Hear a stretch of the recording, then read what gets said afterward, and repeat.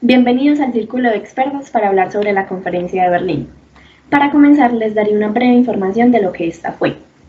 La Conferencia de Berlín fue celebrada entre el 15 de noviembre de 1884 y el 26 de febrero de 1885 en la ciudad de Berlín. Esta fue convocada por Francia y Alemania y organizada por el canciller alemán Otto von Bismarck.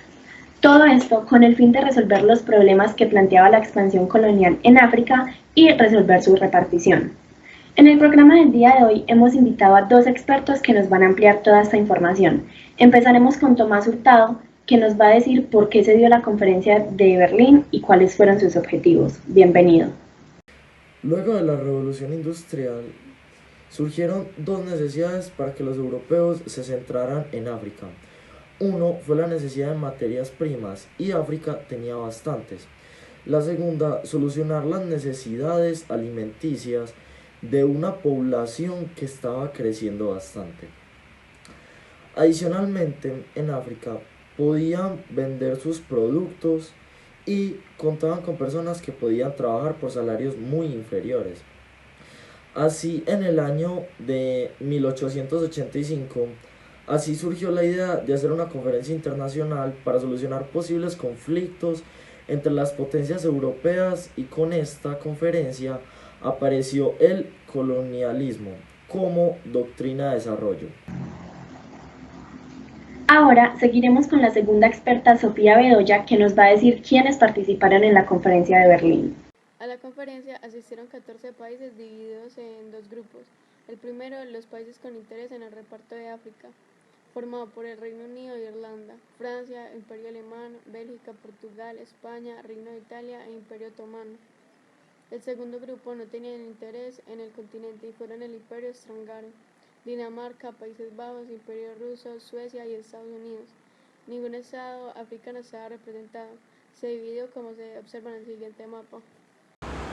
El norte de África fue objeto de disputa entre Francia y España, principalmente en la costa occidental. La penetración hacia el interior y centro fue dominada por Francia. En el África oriental y sur ingresaron los británicos. Los alemanes se establecieron en Patria Oriental y Sur, e Italia se repartió entre Eritrea y Somalia. Finalmente, en el África Austral se situaron los portugueses. Muy interesante. Entonces, ¿qué se acordó en esta conferencia? En la conferencia se proclamó la libre navegación marítima y fluvial por los ríos Congo y Níger. Se estableció la libertad de comercio en el centro del continente africano. Se acordó la prohibición de la esclavitud y se estableció el derecho a reclamar una porción de la costa africana. Se reconoció como regla que para reclamar un terreno los europeos establecieran un trato con la población local o estableciera una ocupación militar permanente, adquiriendo el derecho a la explotación económica permanente. Volvamos con Tomás Hurtado. ¿Cómo se llevaron a la práctica todas las decisiones tomadas en esta conferencia? En la conferencia de Berlín se estableció la ocupación efectiva y física por medios militares, pero no regularizó la disputa por África. La ocupación efectiva de África había concluido en 1914, por lo que se hizo en menos de 30 años. Los países europeos atropellaron a los inestables estados africanos, y la justificación humanitaria de prohibir los esclavos en África no fue cierta, porque hubo muchos trabajos forzados similares a la esclavitud. La ocupación europea tampoco respetó sus límites, pues trazaron los mapas sin considerar los límites, las distintas historias, lenguas y costumbres de los pueblos que por siglos habitaron en dicho territorio. La consecuencia inmediata de la conferencia de Berlín fue la aceleración de la carrera por ganar posiciones en el continente africano. Con lo definido en la conferencia, los países europeos debían introducirse en el interior de África para civilizar, llevar a la cultura occidental a explotar sus materias primas, principalmente agricultura, caucho, marfil y minerales, e introducir el control político en todos los territorios sin explotar consecuencias económicas. Para Europa supuso el acceso a las materias primas a bajo precio, mano de obra barata, así como la abertura a nuevos mercados para colocar sus productos manufacturados. También fue un alivio demográfico al facilitar nuevos empleos y lugares donde emigrar.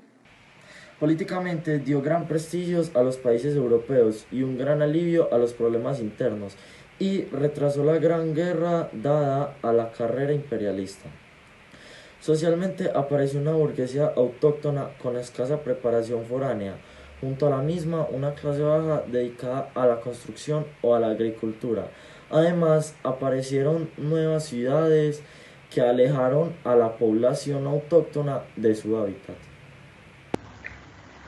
Para finalizar, les voy a hablar unos aspectos de discriminación y exclusión. La Conferencia de Berlín de 1885 de por sí fue un acto discriminatorio al diseñar sobre el mapa el reparto del continente africano sobre los países europeos como si éste les perteneciera, atribuyéndose derechos y poderes que no les correspondía y apoderándose de este utilizando fuerzas militares.